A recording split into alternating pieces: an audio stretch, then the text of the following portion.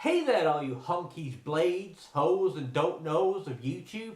Sometimes watching an Egyptian mummy battle a weird jackal on the streets of Las Vegas is the only game in town. And where else can you see such a spectacle other than in 1969's The Mummy and the Curse of the Jackals? The Mummy and the Curse of the Jackals is a cheap and cheerful monster bash in the Al Adamson Ray Dennis Steckler mode. Like Adamson's films, it gives a late 1960s makeover to the tail end of the Universal horror film cycle. Its director, Oliver Drake, had a slight connection to the Universal horror series, having co-produced The Mummy's Curse back in 1944, but was mostly known as a master of low-budget westerns. After a period of inactivity during the 1960s, Drake made a return to film directing at that decade's end, which is where The Mummy and the Curse of the Jackals comes in. This being one half of a two-picture contract Drake had with Vega International Productions. The other film that came out of that deal being Ride a Wild Stud, a softcore western that Drake directed under the name Revlo Eckard, which is just Drake's name spelt backwards. Giddy up! William C. Edwards, the writer and producer of The Mummy and the Curse of the Jackals, clearly had a Jones for the old Universal horror films, while at the same time recognising the more lucrative appeal of making softcore movies, and attempted to combine these two worlds with another Vega International production, Dracula, the Dirty Old Man. And yes, in case you're wondering, that film's title is much better than the film itself. Like Al Adamson, the makers of The Mummy and the Curse of the Jackals could be accused of being something of a time warp, this being 1969, a year after the release of both Rosemary's Baby and Night of the Living Dead, and only a few years away from The Exorcist and the Texas Chainsaw Massacre, changing the face of the American horror film forever. On the other hand, maybe the thinking behind the film wasn't as wrong-headed as it first sounds. By the 1960s, the Universal horror films were enjoying a second lease of life on American television, and famous monsters of filmland were still flying off the newsstands. So why not make a new, full-colour Universal horror film throwback? Unfortunately, the perceived market for such a film appears not to have existed, and while Dracula the Dirty Old Man and Ride a Wild Stud enjoyed success on the adult film circuit, The Mummy and the Curse of the Jackals was reported never even completed. Despite being screened for potential investors in 1969, funds to complete the film were not forthcoming, and The Mummy and the Curse of the Jackals sat unloved, uncompleted, and on the shelf for many years. What happens in Vegas doesn't always stay in Vegas though, and about a decade after the film was made, along came something called video. Now, as the 1980s rolled on, such was the demand for horror products on tape, that film was once considered unreleasable to TV or theatres, suddenly found a new home in the horror-hungry VHS market. Thus it was in late 1985 that The Mummy and the Curse of the Jackals finally saw the light of day, by which time its attempts to put a new hit 1960s spin on the horror genre probably seemed hopelessly out of date in an era of Freddy and Jason. The Mummy and the Curse of the Jackals stars Anthony Isley, an actor who first come to prominence in the TV series Hawaiian Eye, but who by the late 60s and early 70s was really hitting the B-movie treadmill, appearing in the likes of The Navy vs. the Night Monsters, The Mighty Gorga, The Doll Squad and Dracula vs. Frankenstein. Boy, he must have done something pretty bad in a past life. Here, Isley plays the film's Larry Talbot character, Dave, an archaeologist who's in Vegas for a conference on Egyptian culture, and who has become obsessed with the Egyptian princess Akana. Right from the get-go, you can tell this film has run into some production problems. There's assumed familiarity with characters we've never actually been properly introduced to, and they frequently reference incidences that we haven't actually seen.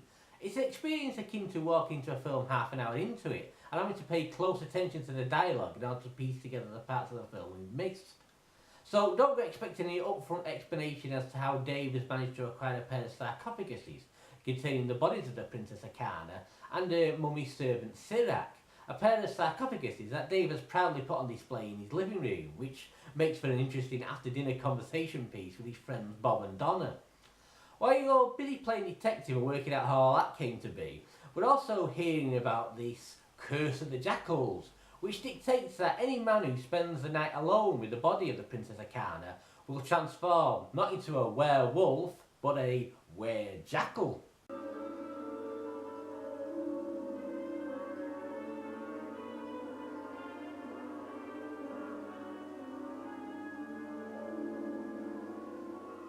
The were-jackal is a goofy-looking mashup between a teddy bear and a traditional Universal-era wolfman. It's a costume that obviously impressed Vega International enough to reuse in Dracula the Dirty Old Man, where the were-jackal, called in that film Irving Jackalman, goes on to rape and murder several unfortunate young ladies, in one depraved instance having sex with the corpse of one of his victims, the dirty devil. If nothing else, Dracula the Dirty Old Man provides a far nastier, if painfully unfunny, flip side to The Mummy and the Curse of the Jackals. Unable to be parted with the body of the Princess Akana, Dave, rather foolishly, does spend the night alone with her body, and does indeed transform into a were-jackal. The fact that they never got around to shooting the opening act of the film means that The Mummy and the Curse of the Jackals is free to cut straight to the chase. We get to our first were-jackal transformation within the first 10 minutes of the film.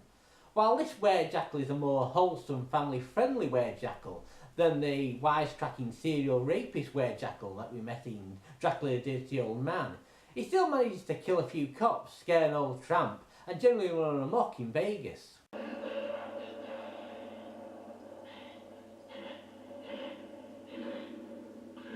The Mummy and the Curse of the Jackals is certainly an evenly proportioned monster movie. From the were-jackal dominated opening half hour, we then delve straight into the backstory of the Princess Akana, which anticipates her returning to life in modern day Vegas.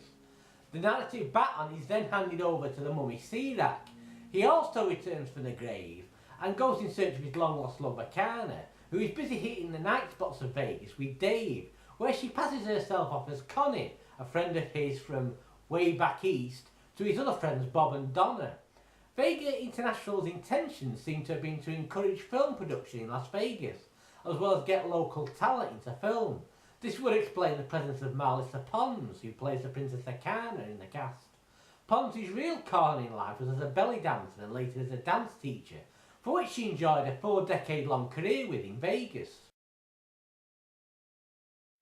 This was Pons' only significant brush with the acting world, and with her exotic looks and extravagant outfits, which were not at the same costume she was using as part of her day job, she certainly looks the part.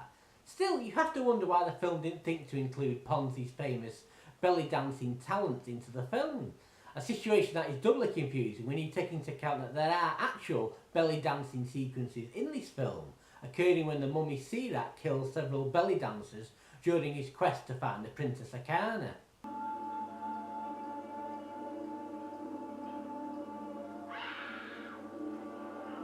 As if having a were-jackal and a mummy as love rivals wasn't enough, the Princess Akana's life is further complicated by the fact that Dave's friend Bob also falls under her spell. In a bizarre curveball of a plot twist, Bob develops the ability to transform into the Egyptian goddess Isis, who shows up to offer guidance to Akana. The Mummy and the Curse of the Jackals could form the basis for the strangest ever episode of Blind Date, or the dating game if you're in the US. Will the Princess Akana choose Dave, a serious archaeologist by day who is also a beast by night? Or will her heart be won by Bob, the gender-fluid chemical engineer who lives a double life as an Egyptian goddess? Or will Princess Akana go for the more mature man and pick Sirac, who despite only having one functional eye and arm, and possessing no tongue at all, still has a heart of gold? Who will she choose? Stay tuned to find out.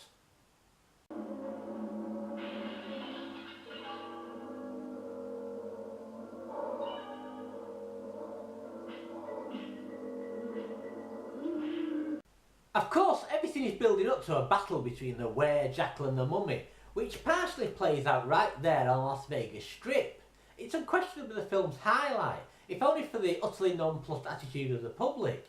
Instead of shrieking with horror and running away, which they surely would have been directed to do had they been paid extras, here Joe Public just seemed to casually stroll alongside the were-jackal and the mummy, while a couple of them opt to point and laugh at the pair. I can't imagine how crushing it must have been for the filmmakers to watch the rushes and notice that people were actually laughing at their monsters.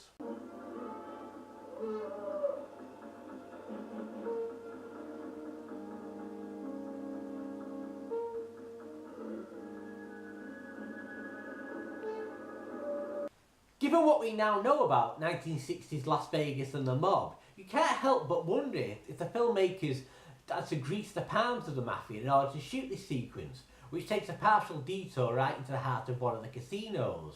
There, the sight of the mummy Sirak carrying the Princess Akana around his arms with the were-jackal in hot pursuit meets with the same indifference as the Las Vegas strip scenes.